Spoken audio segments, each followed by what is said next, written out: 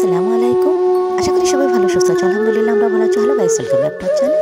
আবারও নতুন একটা ভিডিও নিয়ে তোমাদের সামনে চলে এলাম। আজকের ভিডিওটা আশা করি তোমাদের ভালো লাগবে বন্ধুরা, তাহলে দেখতে থাকো। সব কিছু আমি উনান পাড়ে নিয়ে চলে এলাম। এখন আমি সকালে উঠেই নামাজ পড়ে চাকে যে কাজটা করে থাকি সেটাই তোমাদের সঙ্গে শেয়ার করছি। প্রতিদিন আর দেখানো হয় না বন্ধুরা, বেশিরভাগ দিন আমি বিকালে উনানটা লেপে রেখে দেই। প্রতিদিনের মতো গোবর মাটি মাখিয়ে উনানটা সুন্দর করে লেপে নেই, যেহেতু একেবারে মাটির এই উনানটায় অনেক রান্না বান্না এই উনানে করে থাকি। এতগুলো মিস্ত্রি হয়ে গেল, বাড়িতে মেহমান আসলো, সব কিছু কিন্তু এই উনানটাই হয়ে গেল। যেহেতু আমার রান্নাঘরে যে ডবল উনান ছিল সেগুলো তো ভাঙা হয়ে গেছে। রান্নাঘরটাই যখন ভাঙা হয়ে গেছে তখন তো আর উনানটাও থাকবে না।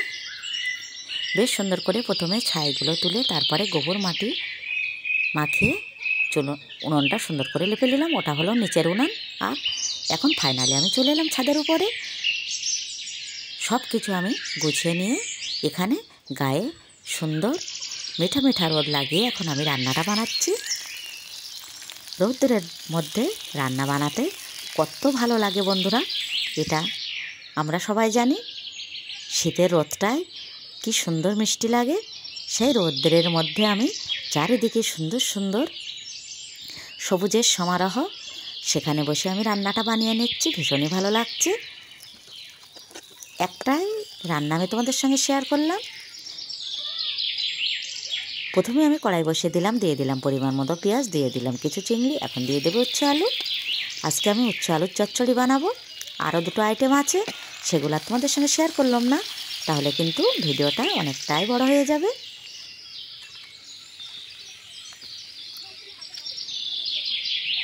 পরপর আমি গুঁড়ো মশলাগুলো দিয়ে দিলাম স্বাদ মতো লবণ, পরিমাণ মতো হলুদ, জিরে মরিচের গুঁড়ো, সব কিছু দিয়ে আমি কিছুক্ষণ কষাতে থাকবো।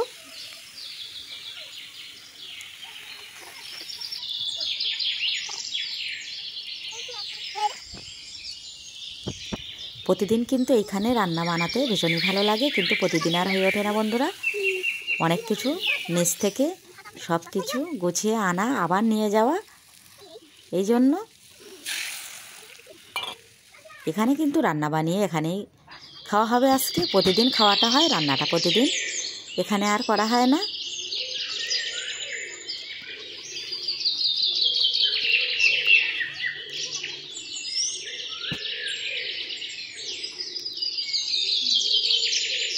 সব কিছু আমি এখন গোছগাছ করে নেব। রান্নাটা বন্ধুরা আমার প্রায় শেষের পথে। উচ্ছে আলু চিংড়িটা আমি সুন্দর করে ভাজা ভাজা করে কষিয়ে নিয়ে এখন কিন্তু পরিমাণ মতো জল দিয়ে ঝোলটা দিয়ে দিলাম।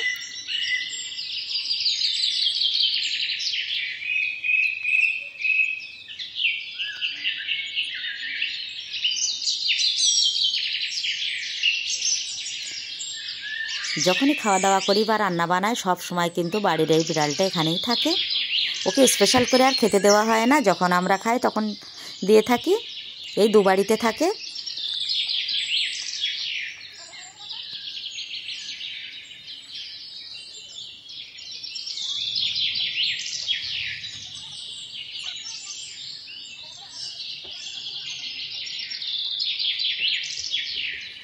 সুন্দর সুন্দর ফুলের গাছ আর চারপাশে সুন্দর সবুজ সবুজ গাছের মধ্যে, আর এই মিঠা রৌদ্র দারুণ লাগছে রান্না বানাতে।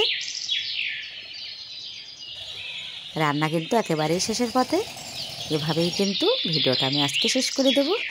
যদি কিছু ভালো লেগে থাকে বন্ধুরা, চ্যানেলটি সাবস্ক্রাইব করবে, লাইক কমেন্ট শেয়ার অবশ্যই করবে। আর যেসব বন্ধুরা আগে থেকে চ্যানেলটি সাবস্ক্রাইব করে রেখেছো তাদের কিন্তু অসংখ্য অসংখ্য ধন্যবাদ। আবারও দেখা হচ্ছে নতুন কোনো ভিডিওর সাথে। ততক্ষণে আমার সব বন্ধুরা ভীষণ ভালো সুস্থ থেকো।